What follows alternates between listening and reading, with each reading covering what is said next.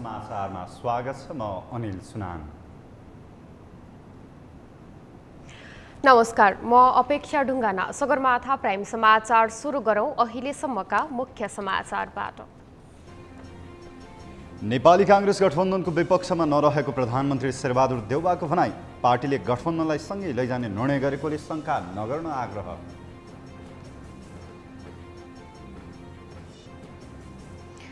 आगामी स्थानीय निर्वाचनमा एक ठाउँमा खडा रहने सत्ता गठबन्धनको निर्णय। तालमेलका लागि प्रदेश, जिल्ला र पालिका स्तरीय संयन्त्र बनाउने।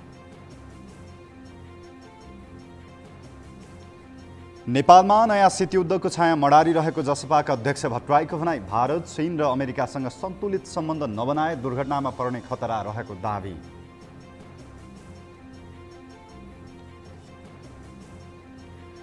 एमसीसी पक्षधरहरूलाई गाउँबाट लखेट्ने अभियान सञ्चालन गर्नुपर्ने विप्लवको भनाई। संसदवादी दलहरू नेपाली स्वाधीनता जोगाउन असफल भएको दावी। र करण केसीको 5 विकेटको ह्याट्रिकसँगै नेपाल अन्तर्राष्ट्रिय त्रिकोणात्मक T20 सिरिजको फाइनलमा प्रवेश। PNG 37 रनले पराजित।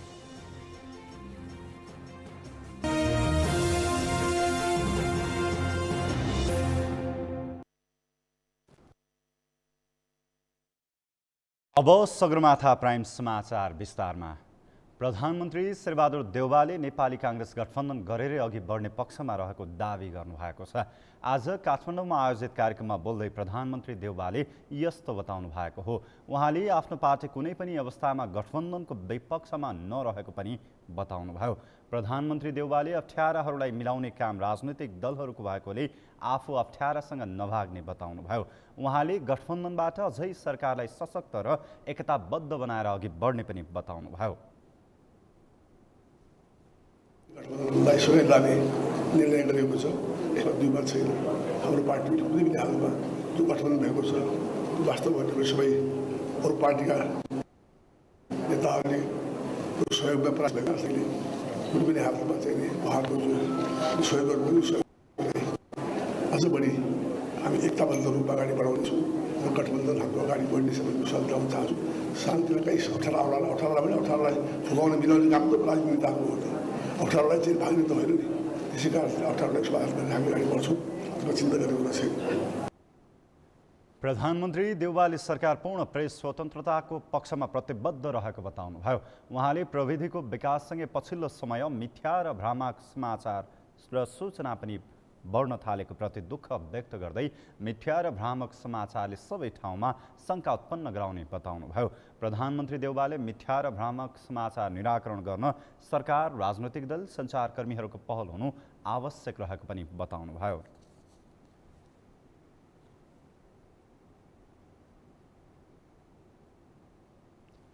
पाँच दलीय सत्तारूढ गठबन्धनले आसन्न स्थानीय तहको निर्वाचनमा तालमेल गरेर अघि बढ्ने निर्णय गरेको छ। आज प्रधानमन्त्रीको सरकारी निवास बालुवाटारमा बसेको 5 दलीय गठबन्धनको बैठकले आगामी स्थानीय तहको निर्वाचनमा 5 दलहरू मिलेर निर्वाचनमा सहभागी हुने निर्णय गरेको हो। बैठकको निर्णय सुनाउँदै सञ्चार तथा सूचना प्रविधि मन्त्री ज्ञानेन्द्र बहादुर कार्कीले आगामी वैशाख 30 गते हुने स्थानीय तहको निर्वाचनमा गठबन्धन एक ठाउँमा खडा रहने बताउनुभयो। उहाँले स्थानीय तहको निर्वाचनमा तालमेल गर्नका निमित्त अब गठबन्धनमा सहभागी दलहरूको प्रदेश स्तरीय प्रमुख, जिल्ला स्तरीय प्रमुख र गाउँपालिकाका प्रमुखहरूको एउटा संयन्त्र बनाउने र उक्त संयन्त्रले आफ्नो पार्टीको विवरण बुझाएपछि स्थानीय तहको निर्वाचनमा गठबन्धनको तालमेलमा सहभागी बन्ने बताउनुभयो। ती संयन्त्रहरूले त्यहाँको वस्तुगत तथ्यको आधारमा प्रतिवेदन दिन्छन्। त्यसपछि हामी बसेर छलफल गर्छौँ। हामी 5 दल छौँ। हाम्रा आफ्नै मूल्य मान्यताहरू र हाम्रा आफ्नै दलका विधानहरू पनि छन्। ती सबै कुरालाई ध्यानमा राखेर हामी अगाडि बढ्छौँ र 5 दलीय गठबन्धन एक ठाउँमा बसेर स्थानीय निर्वाचनको सामना गर्छ। पहिला हामी समग्र मुलुकको परिस्थितिको बारेमा केन्द्रले जानकारी दिन्छ। त्यसपछि जुन प्रदेशमा प्रदेश समिति छ, जिल्लामा जिल्ला समितिका प्रमुखहरू छन्, त्यस्तै गाउँपालिकामा छन्। त्यसपछि थप निर्णय हामी गर्छौँ। मन्त्री कार्कीले बैठकमा सहभागी गठबन्धनका नेताहरूले शुक्रबार भारत भ्रमणमा जान लाग्नुभएका प्रधानमन्त्री शेरबहादुर देउवालाई भ्रमण सफलताको शुभकामना दिएको पनि बताउनुभयो। भ्रमणमा प्रधानमन्त्री देउवाले नेपाल र भारतको बीचमा सरकारको मात्रै नभई जनताको स्तरमा पनि सम्बन्ध भएकोले यी सम्बन्धलाई प्रगाढ बनाउने, विकसित गर्ने र दुई देश बीचमा देखिएका समस्याहरूको हल गर्न उच्चस्तरीय राजनीतिक र कूटनीतिक पहल गर्ने बताउनुभयो।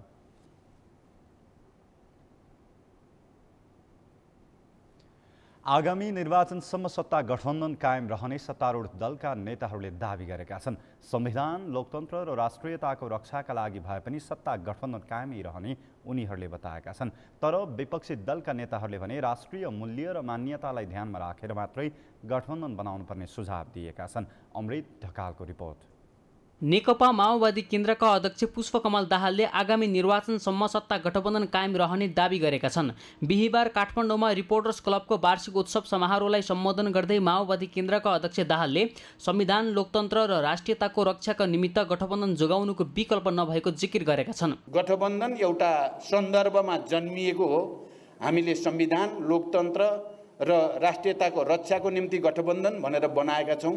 अब निर्वाचन अगाडि छ र गठबन्धन चाहिँ हामी गठबन्धनकै रूपमा जाने भन्नेतिर नै हामी प्रष्टै छौँ। नेपाली कांग्रेसको कार्यसमितिले के गर्ला भन्ने थियो, कार्यसमितिको पनि करिब करिब गठबन्धनलाई कायम राखेर जाने भन्ने भइसकेपछि त्यसमा कुनै दुविधा हामीभित्र छैन, हामी मिलेर नै जान्छौँ। जनता समाजवादी पार्टीका संघीय परिषद अध्यक्ष डाक्टर बाबुराम भट्टराईले नेपालमा नयाँ शीत युद्धको छाया मडारिएको बताएका छन्। अध्यक्ष भट्टराईले विश्व राजनीतिसँगै परिवर्तित भू राजनीतिका कारण अमेरिका, चीन र भारत बीचका सम्बन्धहरूले समेत नेपालको आन्तरिक सम्बन्धलाई प्रभावित बनाइरहेको बताएका छन्। युक्रेनको घटना ठुलो पाठ हामीलाई हुन सक्छ, त्यो चान्चुने छैन। हामी जसरी ठुला छिमेकीहरूको बीचमा छौँ, विश्व महाशक्तिहरूको समेत चासो बढ्दो छ। हामीले बेलैमा यी मुख्य शक्तिहरूसँग राम्रो सन्तुलित सम्बन्ध मिलाएर जान सकेनौँ भने हामी नराम्रो दुर्घटनामा पर्न सक्छौँ। तर हामीले बुद्धि पुर्याउँदाखेरि फेरि यो देश केही दशकपछि यही शताब्दीमा विश्वकै एउटा अग्रणी केन्द्र आर्थिक हिसाबले, राजनीतिक हिसाबले, सांस्कृतिक हिसाबले बन्न सक्छ, त्यो पुरै सम्भावना छ। यस्तै नेकपा एकीकृत समाजवादीका सम्मानित नेता झलनाथ खनालले संविधानको रक्षा गर्नु सम्पूर्ण नेपाली र राजनीतिक दलहरूको दायित्व भएको बताएका छन्। लोकतान्त्रिक क्रान्ति सम्पन्न गरेर नयाँ संविधान निर्माण भएको उल्लेख गर्दै सम्मानित नेता खनालले यस संविधान तुलनात्मक रूपमा राम्रो भएको दावी गरेका छन्। हामीले 10 वर्ष लगाएर नयाँ संविधान पनि निर्माण गरेका छौँ। यो एउटा राम्रो संविधान बनेको छ। यद्यपि संविधान कुनै पनि अन्तिम हुँदैन, यो पनि अन्तिम भन्नुपर्छ भन्ने मलाई लाग्दैन। तर सकेसम्म यसको लामो आयु होस् भनेर हामीले कल्पना गर्नुपर्छ, कामना गर्नुपर्छ र यो तुलनात्मक रूपले राम्रो संविधान हामीले बनाएका छौँ। स्वाभाविक रूपले यो संविधान मार्फत हामीले 62-63 को जनक्रान्तिका उपलब्धिहरूलाई संस्थागत गरेका छौँ।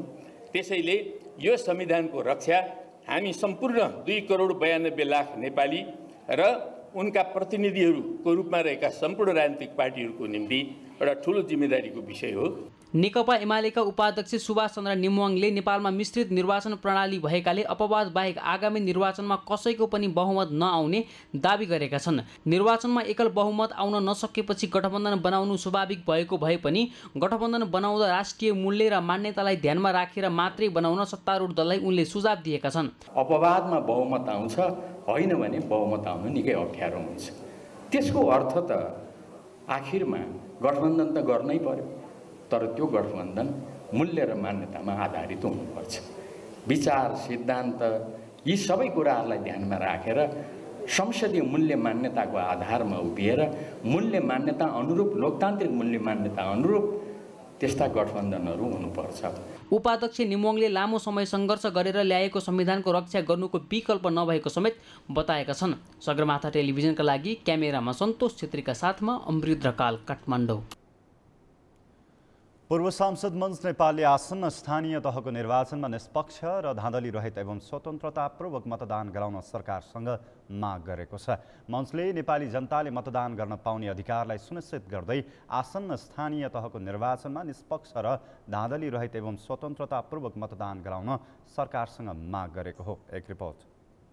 पूर्व सांसद मञ्च नेपालले आसन्न स्थानीय तहको निर्वाचनमा धाँधली रहित एवं स्वतन्त्रतापूर्वक मतदान गराउन सरकारसँग माग गरेको छ। बिहिबार काठमाडौँमा पत्रकार सम्मेलन गर्दै पूर्व सांसद मञ्च नेपालले सार्वभौम सत्ता सम्पन्न नेपाली जनताले मतदान गर्न पाउने अधिकारलाई सुनिश्चित गर्दै आसन्न स्थानीय तहको निर्वाचनमा निष्पक्ष र धाँधली रहित एवं स्वतन्त्रतापूर्वक मतदान गराउन सरकारसँग माग गरेको हो। पत्रकार सम्मेलनमा बोल्दै पूर्व सांसद मञ्च नेपालका महासचिव शङ्करनाथ शर्मा अधिकारीले पेट्रोलियम पदार्थ, निर्माण सामग्री, दैनिक उपभोग्य सामग्री लगायतका वस्तुहरूको मूल्य दिन प्रतिदिन बढ्दै जाँदा विकास निर्माणका काम ठप्प भएको, जनता मूल्य वृद्धिको मारमा पेल्सिएको र मजदुरहरूको रोजी रोटी गुम्ने सम्भावना रहेको भन्दै तत्काल मूल्य वृद्धि रोक्न माग गर्नुभयो। उहाँले पछिल्लो समय कतिपय स्थानमा विद्युतको अघोषित नाकाबन्दी भइरहेको चर्को मूल्यमा विद्युत खरिदका कारण जनताहरू त्रस्त भएको बताउनुभयो। महासचिव अधिकारीले लोड सेटिङको सम्भावना देखिएको भन्दै लोड सेटिङ नहुने व्यवस्था मिलाउन पनि सरकारसँग माग गर्नुभएको छ।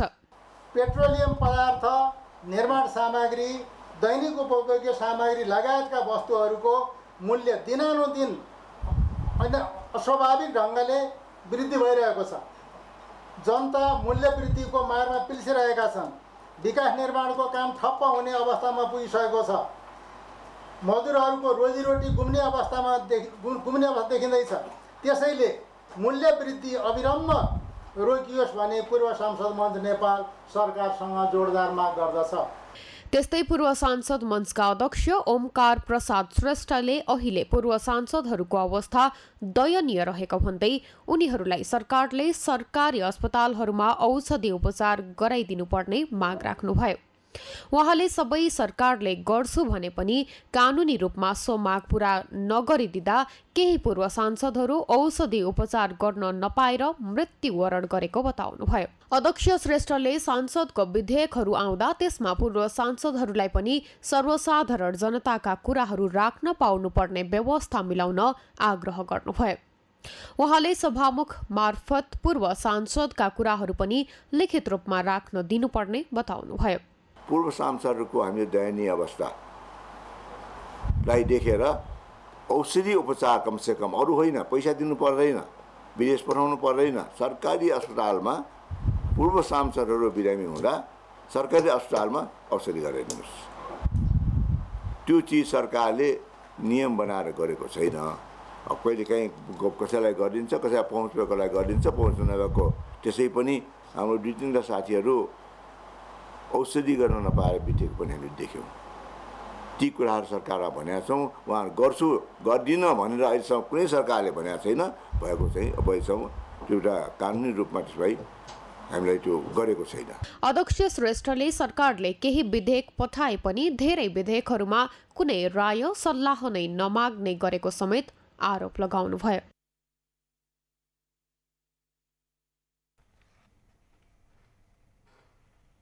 राष्ट्रिय प्रजातन्त्र पार्टीका अध्यक्ष राजेन्द्र लिङ्गदेनले देशमा अहिले सरकार छ कि छैन थाहा नभएको बताएका छन्। सरकारका 3वटै अङ्गले काम नगरेको आरोप लगाउँदै अध्यक्ष लिङ्गदेनले न्यायपालिका, व्यवस्थापालिका, कार्यपालिकाले आफ्नो काम गर्न नसकेको बताए। नारायण खड्काको रिपोर्ट।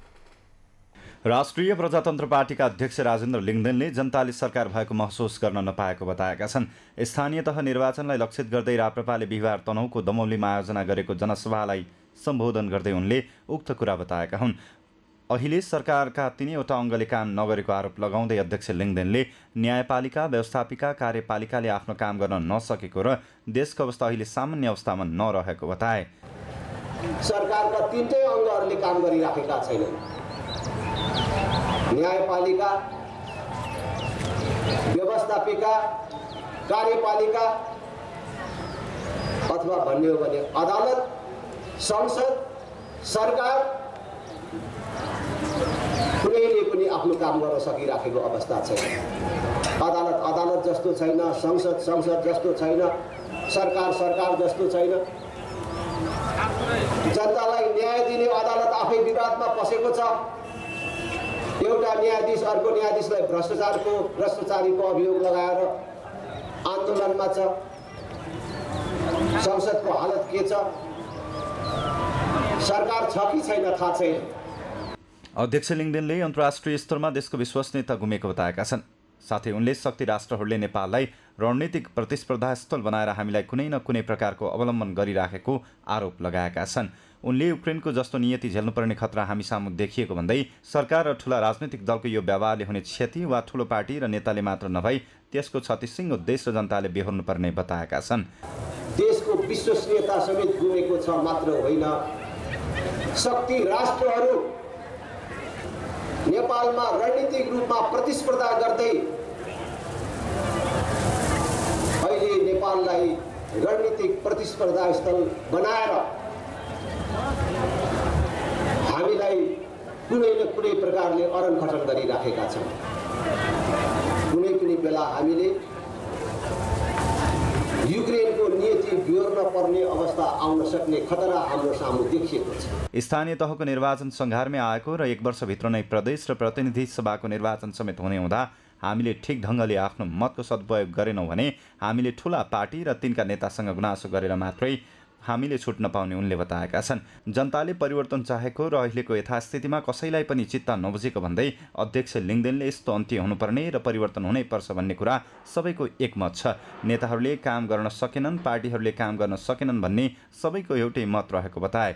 तर मत हाल्ने बेलामा फेरि आफ्नो बाउको बाजेको पार्टी, विद्यार्थी हुँदादेखि आफू त्यसैमा लागेको पार्टी, अब नेता त चोर हुन्, फटा हुन्, के गर्ने, अर्कोतिर हात लाग्दैन, अर्को चिन्हमा हात जाँदैन भन्दै तिनीहरूलाई भोट हाल्दै हामीले गल्ती गऱ्यौँ, अब पनि त्यो गल्ती दोहोऱ्याउनु हुँदैन र जबसम्म आफ्नो पार्टीको पर्यो भन्दै तिनलाई भोट हालिन्छ तबसम्म देशमा परिवर्तन र विकास प्राप्त गर्न नसकिने बताए। कि कांग्रेस, एमाले, माओवादी भनेको अलग पार्टी होइन, साइनबोर्ड अलग होला, नाम अलग होला, तर यिनीहरू एक सिक्काका दुई पाटाहरू हुन्। कांग्रेसको विकल्प एमाले होइन, ब्राह्मण नपर्नुहोस्, एमालेको विकल्प माओवादी होइन, यिनीहरू एक अर्काका विकल्प होइनन्। फेरि पनि भन्छु, यिनीहरू एउटै पार्टी हो। देशलाई यो गतिमा पुर्याउन यिनीहरू सबै समान जिम्मेवार छन्। त्यसकारण यस गठबन्धनको चक्रव्यूहबाट देशलाई निकाल्नको लागि अब हामीले सङ्कल्प गर्ने बेला आएको छ। तनहुको 10वटै पालिकाबाट राप्रपाका नेता तथा कार्यकर्ताहरू सहभागितामा दमोलीमा बाजागाजा सहित जनप्रदर्शन गरिएको थियो। सगरमाथा समाचारका लागि तनहुबाट नारायण खड्काको रिपोर्ट।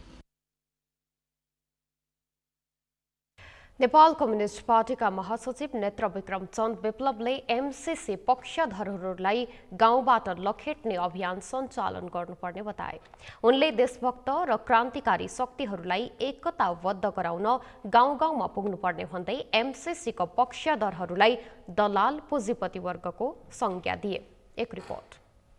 नेपाल कम्युनिस्ट पार्टीका महासचिव नेत्र विक्रम चन्द विप्लवले एमसीसी पक्षधरहरूलाई गाउँबाट लखेट्ने अभियान सञ्चालन गर्नुपर्ने बताएका छन्। बिहिबार काठमाडौँमा आयोजित वैज्ञानिक समाजवादी कम्युनिस्ट पार्टी नेपालको प्रथम राष्ट्रिय भेलामा बोल्दै महासचिव चन्दले एमसीसी पक्षधरहरूलाई गाउँबाट लखेट्ने अभियान सञ्चालन गर्नुपर्ने बताएका हुन्। देशमा चुनावको नाममा राष्ट्रवादी र राष्ट्रघातीहरूको बीचमा ध्रुवीकरण भइरहेको उल्लेख गर्दै आफूहरू प्रगतिशील, देशभक्त र क्रान्तिकारी शक्तिहरूलाई एकताबद्ध गराउन गाउँमा पुग्नुपर्ने बताए। उनले एमसीसीको पक्षधरहरूलाई दलाल पुँजीपति वर्गको संज्ञा दिँदै उनीहरू विरुद्धको लडाईँलाई गाउँसम्म पुर्याउनु पर्ने बताए। विश्वलाई विभिन्न प्रकारले आफ्नो प्रभुत्वमा राख्दै आएको एउटा भूमण्डलीकृत साम्राज्यवाद नेपालमा डलर बोकेर प्रवेश गरेको छ र त्यो डलरको बाटो नेपालका दलालहरूले, यहाँका दलाल पुँजीपति वर्गका प्रतिनिधिहरूले र उनीहरूका प्रतिनिधि पार्टीहरूले खोलिदिएका छन्। डलर आउने ढोका नेपालका दलालहरूले खोलिदिएका छन्। यो दुईटै शक्तिको चाहिँ मिलोमतोमा भूमण्डलीकृत साम्राज्यवाद र नेपालको दलाल पुँजीवादको मिलोमतोमा नेपालको स्वाधीनता र सार्वभौमतामाथि हस्तक्षेप गर्ने एउटा षड्यन्त्र अगाडि बढिरहेको छ र नेपाललाई नव उपनिवेशमा धकेल्ने, नेपाललाई 21औं शताब्दीमा नयाँ प्रकारले उपनिवेश बनाउने एउटा ठुलो षड्यन्त्र र अतिक्रमण चलिरहेको छ। उनले एमसीसी सम्झौतालाई संसदको स्वीकृति र कुनै कानुनी मान्यताले लागू गर्न नसकिने बताए। कसैको आत्मसमर्पणले नेपालमा एमसीसी लागू हुन नसक्ने दाबी गरे। महासचिव चन्दले एमसीसीको विरुद्धमा नयाँ मोर्चा खोल्नुपर्ने र यसलाई कुनै पनि मूल्यमा रोक्नुपर्ने बताए। हाम्रो भनाइ के छ भने यो एमसीसी एक प्रकारले गोमन सर्पको एउटा लपेटामा पर्न थालेको देश हामी के गर्छौं, यो एउटा प्रश्नको रूपमा हाम्रो अगाडि खडा छ। तर हामीले भनेका छौं हाम्रो 6 पार्टी 2 मोर्चा, अहिलेसम्म हामी एक डिक्का नै छौं र त्यसको वरिपरि थुप्रै बुद्धिजीवी साथीहरू, देशभक्त व्यक्तित्वहरू, देशभक्त शक्तिहरू पनि एकाकार छन्। र हाम्रो के भनाइ छ भने तपाईहरु यो भेलामा राम्रो छलफल गर्नुस्, हाम्रो एकता, हाम्रो सहकार्यलाई अगाडि बढाउँदै यो साम्राज्यवादी अतिक्रमण र दलाल पुँजीवादी आत्मसमर्पणको विरुद्धमा एउटा नयाँ लडाईँको मोर्चा खोल्नुपर्छ र कुनै पनि मूल्यमा यो देशलाई साम्राज्यवादी हातमा जान दिनु हुँदैन। उनले नेपालको संसद र संसदवादी दलहरू नेपाली स्वाधीनता जोगाउन असफल भएको बताए। नेपाली जनताको आकांक्षाहरू पूरा गर्ने जिम्मा कम्युनिस्ट क्रान्तिकारीहरूको काँधमा आएको उनको भनाइ छ।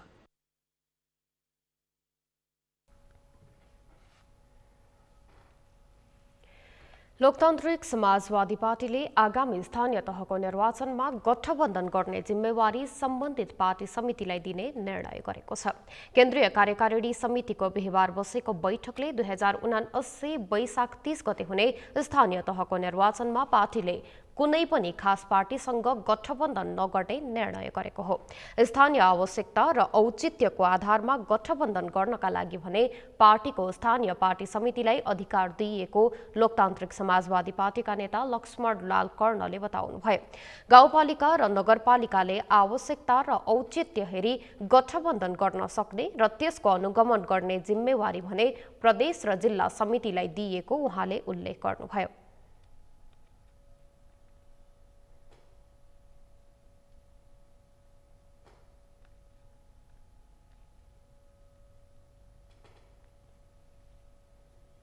बैठकले पार्टीको विधानलाई परिमार्जन सहित पारित गरेको छ।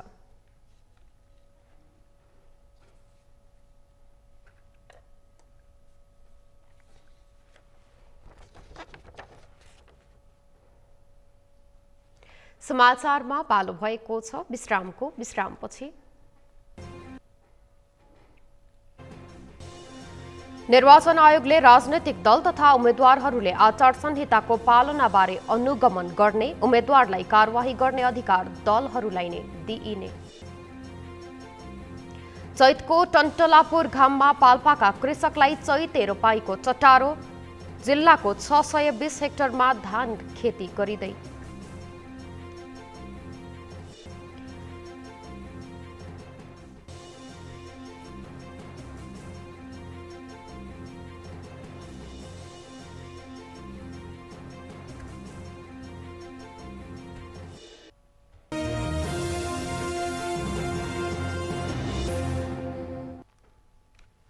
विश्रामपछि सगरमाथा प्राइम समाचारमा पुनः स्वागत छ। अब बाँकी समाचार। राजनैतिक दल तथा उम्मेद्वारहरूले निर्वाचन आचार संहिताको पालना गरे नगरेको विषयमा निर्वाचन आयोगले अनुगमन गर्ने भएका छन्। राजनैतिक दलहरूले गरेको प्रतिबद्धताका आधारमा उम्मेद्वारहरू नचले उनीहरूलाई कारवाही गर्ने अधिकार भने दलहरूलाई नै दिने भएका छन्। तर आयोगले तय गरेको आचार संहिता विपरीत उम्मेद्वार अगाडि बढे त्यसले लोकतन्त्र नै खतरामा पर्ने अधिकारीहरूले सुझाव दिएका छन्। एक रिपोर्ट। प्रमुख निर्वाचन आयुक्त दिनेश कुमार थपलियाले निर्वाचन आचार संहिता पालना नगर्ने दल र उम्मेद्वारलाई कारवाहीका लागि सिफारिस गर्ने अधिकार आयोगले उनीहरूलाई नै दिएको बताए। बिहीबार ललितपुरमा आयोजित निर्वाचन आचार संहिताको प्रभावकारी कार्यान्वयनमा निर्वाचन सरोकारवालाहरूको भूमिका विषयक अन्तर्क्रिया कार्यक्रममा उनले सुशासन र सदाचारको कुरा गर्ने, राजनैतिक दल र उम्मेद्वारहरूले आचार संहिताको पालना आफूले गरे नगरेको आफैले अनुगमन गर्नुपर्ने पनि बताए। प्रमुख निर्वाचन आयुक्त थपलियाले सबैले अनुशासित ढङ्गले निर्वाचन आचार संहिताको पूर्ण पालना गरेर देखाउने काम गर्नुपर्ने स्पष्ट पारे। अनुगमन गर्छ होइन, उम्मेद्वार र दलले आफ्नो अनुगमन कस्तो गर्दो रहेछ भन्ने आयोगले चाहिँ हेर्छ। अब त्यो तपाईँहरूले हिजो ठड्याउँदै गरेको औँला मेरो विचारमा यो संरचनाले तपाईँहरूप्रति गएको छ। अब हामी हेर्न चाहन्छौँ साँच्चै नै सुशासन र सदाचारका कुरा गर्ने हाम्रा राजनीतिक दल र उम्मेदवारहरू निर्वाचन आचार संहिताको पालनामा कतिको प्रतिबद्ध छन् भनेर हामीले हेर्ने हो। प्रमुख निर्वाचन आयुक्त थपलियाले जनताको मत, अभिमत, पैसा र पदले खरिद बिक्री गर्न सकिँदैन भन्ने मान्यताको आधारमा निर्वाचनमा खर्चको सीमा तोक्ने काम आयोगले गरेको बताए। उनले गाउँपालिकाको अध्यक्षका लागि तोकिएको निर्वाचन खर्चको सीमा नपुग हुने प्रमाण ल्याए। आफूहरू त्यसमा पुनरावलोकन गर्न तयार रहेको पनि बताए। राजनीतिक दलहरूले निर्वाचन खर्च महँगो भयो भनेर आफै भन्ने तर त्यसको सीमा तोक्दा विरोध गर्न नमिल्ने तर्क पनि उनले गरे। आयोगले निर्धारण गरेको निर्वाचन खर्चको सीमा यहाँ ठुल्ठुला कुरा 23 करोड कति करोड आदि इत्यादिका कुरा पनि आए। आयोग त्यहाँ प्रवेश गर्न चाहन्न, त्यो आयोगको विषय पनि होइन। निर्वाचन खर्चको सीमालाई यही सैद्धान्तिक परिवेशबाट बुझ्नुपर्छ, व्याख्या गरिनुपर्छ। यस्तै पूर्व प्रधान न्यायाधीश कल्याण श्रेष्ठले निर्वाचन खर्चिलो भए लोकतन्त्र नै खतरामा पर्ने भन्दै त्यसमा मितव्ययिता अपनाउन राजनीतिक दल र उम्मेदवारहरूलाई आग्रह गरे।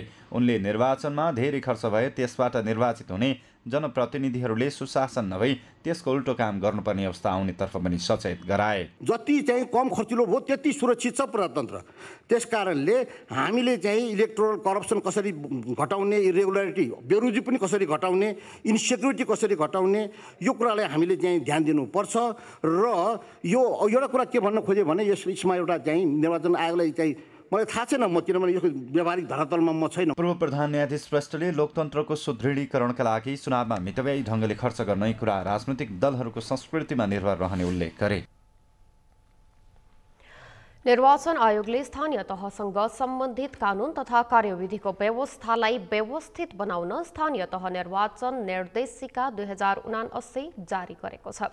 आज आयोगको नियमित पत्रकार सम्मेलनमा यसबारे जानकारी दिइएको हो।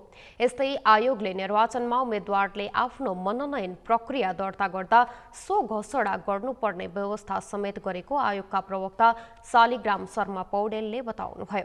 उहाँले स्थानीय तह निर्वाचन 2079 को व्यवस्थापन र सञ्चालनलाई लैङ्गिक तथा समावेशी बनाई महिला तथा समावेशी समूहका व्यक्तिहरूलाई निर्वाचन प्रक्रियामा बढीभन्दा बढी सहभागिता र प्रतिनिधित्व गराउने सम्बन्धमा राजनैतिक दलहरूलाई 17 बुँदे निर्देशन दिइएको पनि बताउनुभयो।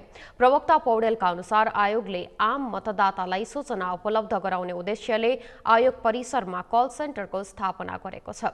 प्रवक्ता पौडेलले कल सेन्टर स्थापना भएको 2 दिनमा आयोगमा पहिलो दिन 310 र दोस्रो दिन 261 जना मतदाताहरूको जिज्ञासा समाधान गरेको पनि बताउनुभयो। स्थानीय तहसँग सम्बन्धित कानुनी तथा कार्यविधिगत व्यवस्थालाई व्यवस्थित गर्न स्थानीय तह निर्वाचन निर्देशिका 2079 जारी भएको छ र निर्वाचनमा उम्मेदवारले आफ्नो मनोनयन पत्र दर्ता गर्दा सो घोषणा गर्नुपर्ने व्यवस्था समेत गरेको छ।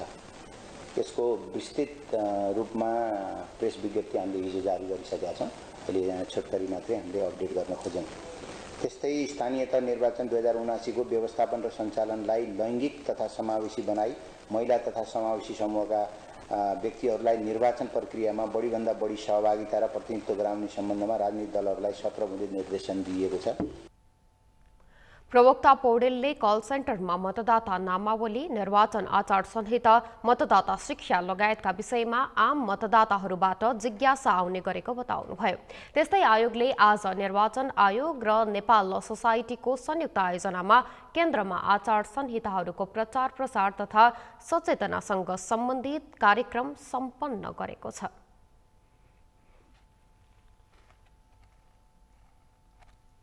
स्थानीय तहको निर्वाचनलाई स्वच्छ, निष्पक्ष र धाँधली रहित बनाउन सरकारले सुरक्षा रणनीतिमा कडाई गर्ने भएको छ। त्यसका लागि नेपाल प्रहरीले 1 लाखको संख्यामा म्यादी प्रहरीको माग गरेको थियो। निर्वाचन प्रयोजनका लागि माग गरिएको म्यादी प्रहरीको छनौट अन्तर्गत अहिले साधारण शारीरिक परीक्षण भइरहेको छ। नरेन्द्र मोहताराको रिपोर्ट। यी दृश्यहरूमा देखिएका युवा युवतीहरू केका लागि धुमधामको तयारी गरिरहेका होलान्? पक्कै पनि सबैलाई कौतूहलता लाग्न सक्छ। उनीहरू 2079 साल वैशाख 30 गते सम्पन्न हुने स्थानीय तहको निर्वाचनका लागि सुरक्षाको अग्रपङ्क्तिमा खटिने म्यादी प्रहरीको तयारीका लागि धुमधामका साथ तालिम गरिरहेका छन्।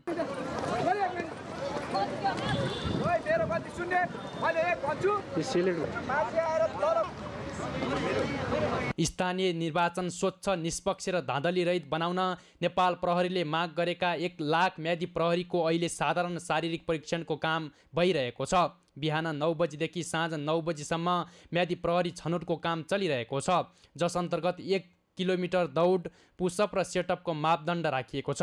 यसको अलावा म्यादी प्रहरीको छनौटका लागि अन्य मापदण्ड के छन्? 18 वर्ष पुरा भएको, 54 वर्ष ननायक हुनुपर्छ, नेपाली नागरिक हुनुपर्छ, कुनै पनि राजनीतिक दलमा लागेको हुनु हुँदैन र प्रहरी नियमावली 2071 बमोजिम उहाँहरूको पुरुषको हकमा 5 फिट 2 इन्च हाइट हुनुपर्छ, महिलाको हकमा 5 फिट हाइट हुनुपर्छ, पुरुषको हकमा नफुलाउँदा 30 इन्च, फुलाउँदा 32 इन्च हुनुपर्छ, महिलाको त्यसरी गरेर हुन्छ र यी विधि र कसैको पनि आँखा सम्बन्धी समस्या र तन्दुर लगायतको कुराहरू चाहिँ हुनु हुँदैन। यी चाहिँ मिनिमम बियरिङ टेस्टहरू हुन् र यी बाहेक चाहिने अन्य छनौटका मापदण्डहरू तय गरेर नेपाल प्रहरीले समेक्षण गर्छ। सरकारले निर्वाचनलाई भयरहित बनाउन सुरक्षा व्यवस्था कडा गर्न सुरक्षा निकायलाई निर्देशन नै जारी गरिसकेको छ।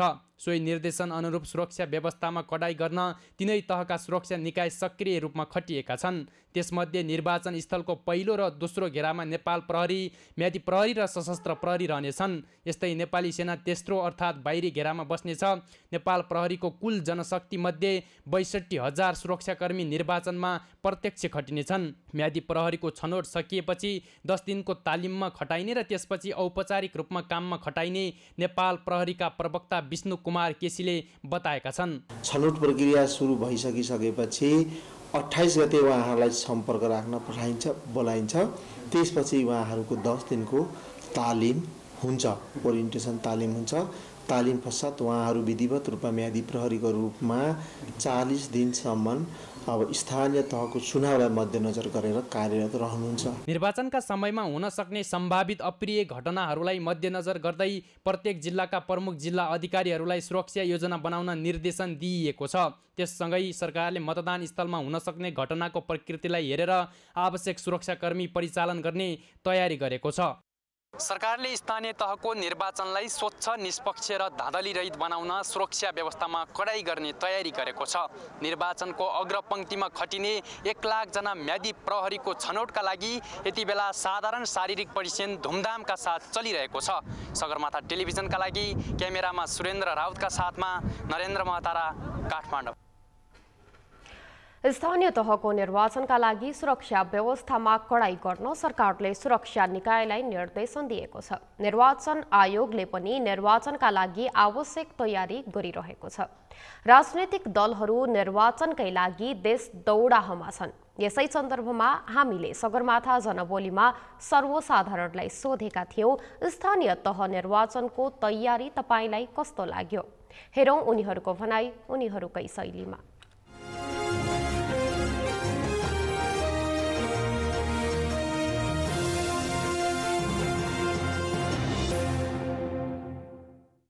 निर्वाचन भइरहेछ। हामी पनि निर्वाचनमा मतदान गर्न हामी पनि गर्छौँ। हामी पनि यसमै हामीलाई भव्य खुसी लागिरहेछ। निर्वाचनको लागि चाहिँ अब सबै साथीभाइहरू सबैजना फिल्डमा यहाँ ट्रेनिङको लागि खटिरहनु भएको छ। म पनि भइरहेको छु। अब निर्वाचनमा वैशाख 30 गतेको लागि सबजना तयारीमा छौँ। म पनि एकदम तयारीमा छु। सरकारले चुनावको माहौल राम्रो बनाउनु भएको छ। त्यसै सिलसिलामा हामी चाहिँ म्यादी प्रहरीमा हामी खटिरहेछौँ। अब यो चाहिँ नि चुनाव सफल होस् भन्नको लागि सरकारले तयारी गरिरहेछ भन्ने आशा लागिरहेछ। निर्वाचनको तयारी राम्रै छ, सरकारले नि राम्रै गरिरहेछ। हामी पनि सरकारप्रति विश्वस्त छौँ। तोकिएकै मितिमा निर्वाचन हुन्छ भने हामी पनि ढुक्क छौँ। स्थानीय तहको निर्वाचन भन्दाखेरि सबैतिर देख्दाखेरि चाहिँ बाहिरको माहौलहरू सबै देख्दाखेरि सबै तयारी नै हुनुहुन्छ होला जस्तो हामीलाई चाहिँ विश्वास लागिरहेछ। र सबैको चाहना हो अब राम्रै तरिकाले यो चाहिँ स्थानीय चुनाव चाहिँ राम्रै तरिकाले होस् भन्ने हाम्रो चाहना हो। अलिक गाह्रो पनि छ, रनिङ हेर्नु चाहिँ गाह्रो भयो होइन। पुसअप सेट त्यस्तो गाह्रो लागेन। यो निर्वाचनकोमा अलिकति हामी खटिरहेको छ। धेरै भिड पनि रहेछ। निर्वाचनमा राम्रै गरिरहेछ भन्नु। सरकारले निर्वाचनमा राम्रै गरिएको छ अनि वैशाख 30 गतेदेखि यस चुनावको लागि तयारी गर्दैछौँ। जुन निर्वाचनको लागि तयारी हुँदैछौँ हामी पनि यसमा पार्टिसिपेट छौँ सर। अनि प्लस हामीले यसमा चाहिँ के गरिरहेछौँ भने अहिले जति पनि हाम्रो हामी चाहिँ भुपु पर्यौँ सिभिल दाजुभाइहरूलाई चाहिँ हामीले अहिले सहयोग गरेर उहाँहरूलाई हेल्प गर्ने दौड्नेदेखि लिएर हामीले उनीहरूलाई ट्रेनिङ दिँदैछौँ अहिले चाहिँ सर।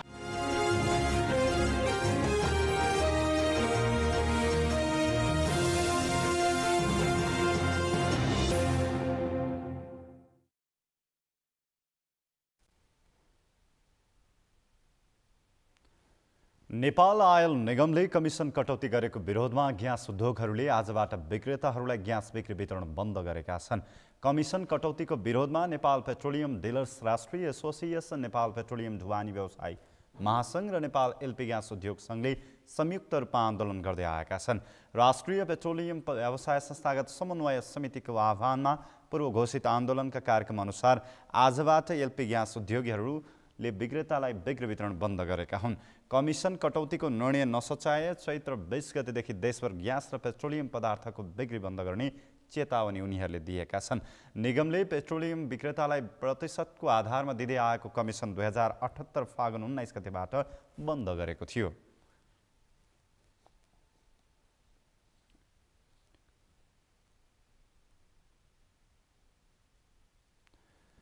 काठमाडौँको सेतुपुल स्थित धोबी खोलामा एक नवजात शिशुको शव फेला परेको छ। धोबी खोला किनारामा फोहोर थुपारेको स्थानमा बोरामा पोको पारेको अवस्थामा नवजात शिशुको शव फेला परेको प्रहरीले जनाएको छ।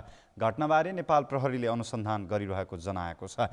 यसअघि पनि पुस 26 मा पनि कालो पुलमा नवजात शिशुको शव भेटिएको थियो।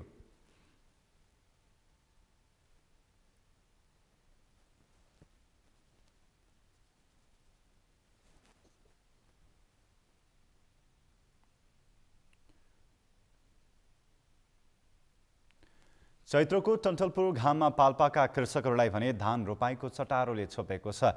महिलाहरू यति बेला हरियो धानको बिउ काट्न र रोप्न व्यस्त छन् भने पुरुषहरू खेत हिलाउन, आली ग्रह मिलाउन व्यस्त छन्। कतै कृषकले हल गोरु लगाएर खेत जोतिरहेका छन्, कोही कृषकले गोरुको सट्टा ट्र्याक्टरको प्रयोग गरी बाउसे गरिरहेका छन्।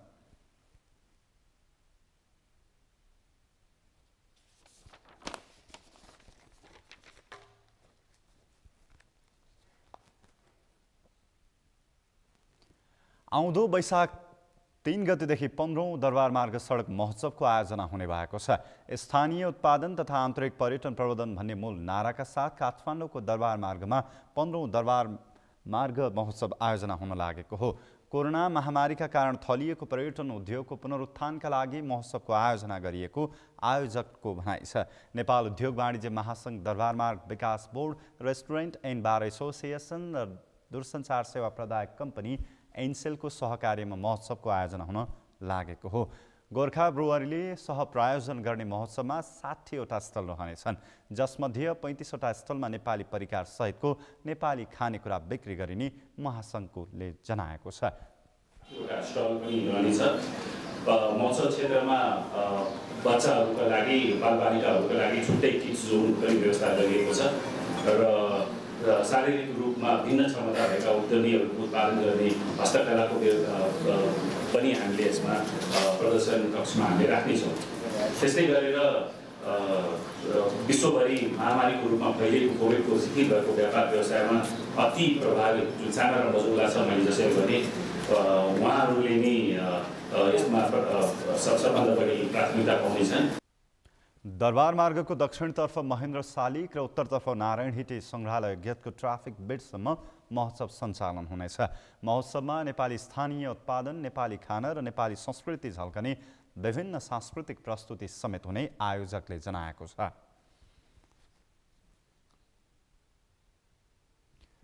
सगरमाथा प्राइम समाचारमा पालो भएको छ विश्रामको विश्रामपछि।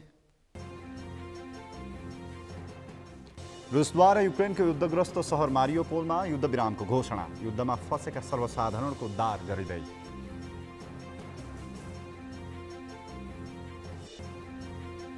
र करण केसीको 5 विकेटको ह्याट्रिकसँगै नेपाल अन्तर्राष्ट्रिय त्रिकोणात्मक T20 सिरिजको फाइनलमा प्रवेश, PNG 37 रनले पराजित।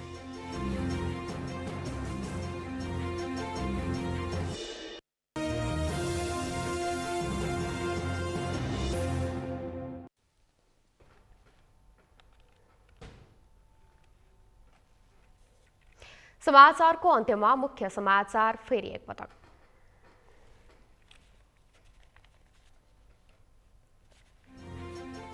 कांग्रेस गठबन्धनको विपक्षमा नरहेको प्रधानमन्त्री शेरबहादुर देउवाको भनाई। पार्टीले गठबन्धनलाई सँगै लैजाने निर्णय गरेकोले शङ्का नगर्न आग्रह।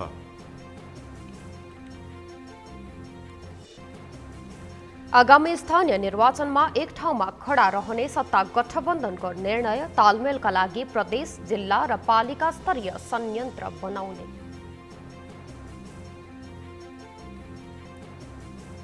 नेपालमा नयाँ शीतयुद्धको छाया मडारिरहेको जसपाका अध्यक्ष भट्टराईको भनाई। भारत, चीन र अमेरिकासँग सन्तुलित सम्बन्ध नबनाए दुर्घटनामा पर्ने खतरा रहेको दावी।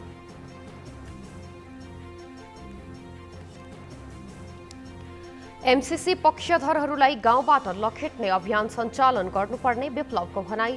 संसदवादी दलहरू नेपाली स्वाधीनता जोगाउन असफल भएको दावी। र करुण केसीको 5 विकेटको ह्याट्रिकसँगै नेपाल अन्तर्राष्ट्रिय त्रिकोणात्मक T20 सिरिजको फाइनलमा प्रवेश। PNG 37 रनले पराजित।